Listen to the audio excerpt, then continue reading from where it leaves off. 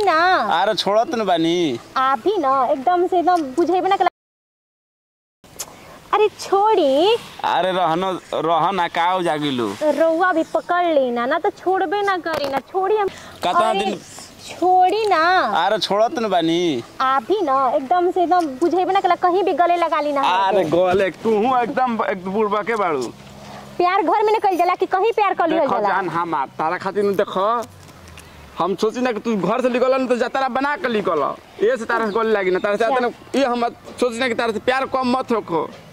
अच्छा बताई रोज हम प्यार कम करी ना तो हम तारा से कम करी ना तो हम कहाँ कहते नहीं कि आप प्यार कम करी ना लेकिन गले भी लागत नहीं तो कहीं घर में लागी रो पकड़ ली ना कस के एकदम से। तब तारा टिकला बन तो करम ना तो के पकड़ी हर बाबू पकड़ी हां ना। अरे दीदी रहो ना गजब गजब मजाक करना एकदम से।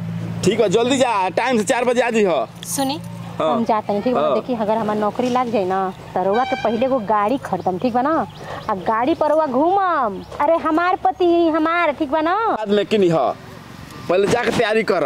मजाक खाली करना। सुना बहन हाँ बोलिए। हम जाते नहीं ठीक बा ना। अपना जीजा के ख्याल रखिए देखिए इन्हें उन्हें भटकस मत ठीक बा ना। ठीक है दीदी हम ख्याल रखेंगे जीजा का अच्छे से। छोड़ के तो साथ में भटकम का तू पागल भइल बाड़ू। सुनो खाना वाना खा ली हो और जीजा के भी खिला दी हो ठीक है जी हमारे लिए। और प्यार से खिलाई हां खाना में क्या खिला देंगे।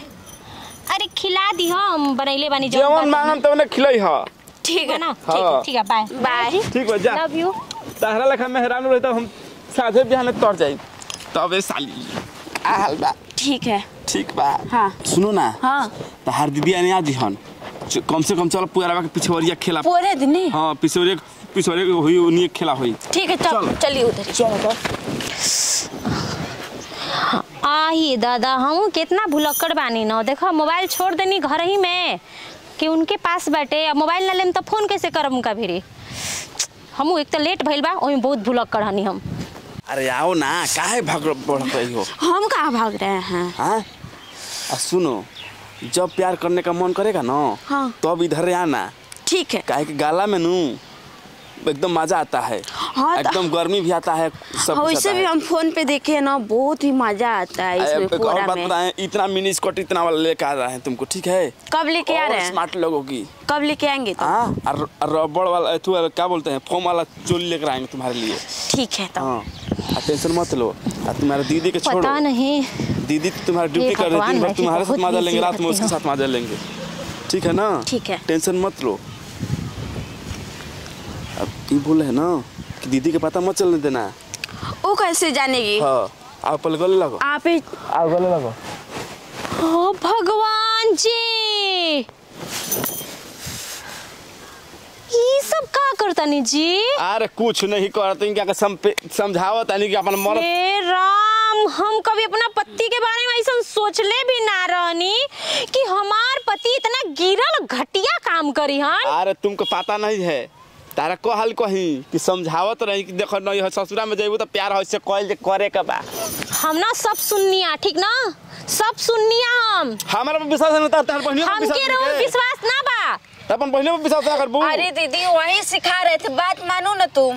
अरे चुप रहो तुम तो दिल्ली में रहती है ना आके मेरे पति को भी बिगाड़ रही हो ठीक है ना। मैं नहीं बिगाड़ रही हूँ नहीं बिगाड़ रही हो समझा रही हम पागल हैं हमको छोट बच्चा समझ के रखियो। हम सब सुने हैं कि तुम्हारे पति के गले मिल रही है दीदी के पता ना चले के चाहिए। हंसिए मत मुंह मत खराब कीजिए खिखी चिढ़ाते रहते हैं। शर्म नहीं आ रही है बीवी के साथ धोखा करते हुए आपको। अरे तुमको शर्म है जी भतार पर लांच लगा रही हो।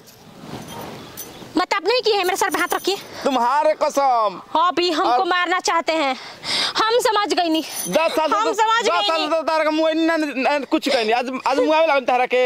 ए देखो एक काम करो तुम बड़ी हो गई हो ठीक है। मम्मी तुमको भेजी थी कि सिर्फ 3 महीना रख लेना ऊपर से तो 6 महीने से यहाँ रह रही हो। एक काम करो बहन बोरिया बिस्तर बांध हो जाओ क्योंकि ये मेरी जान है हम इनसे बहुत प्यार करते हैं ठीक है ना। नहीं जाएंगे तो देखिए ना जबरदस्ती बतिया रही है। पागल है हम का एकदम कह तक चल जाएंगे। ठीक है आज रहने दो हम कल चले जाएंगे ठीक है ना। यहाँ नहीं रहना है तुमको चले जाना है। चले जाएंगे। चलिए तो आपको शर्म नहीं आ रही है। क्या शर्म नहीं आ रही है। आप उससे मजे नहीं ले रहे थे। अरे बुबा के हम का आदत सिखाओ तो कि प्यार कैसे कोई जला।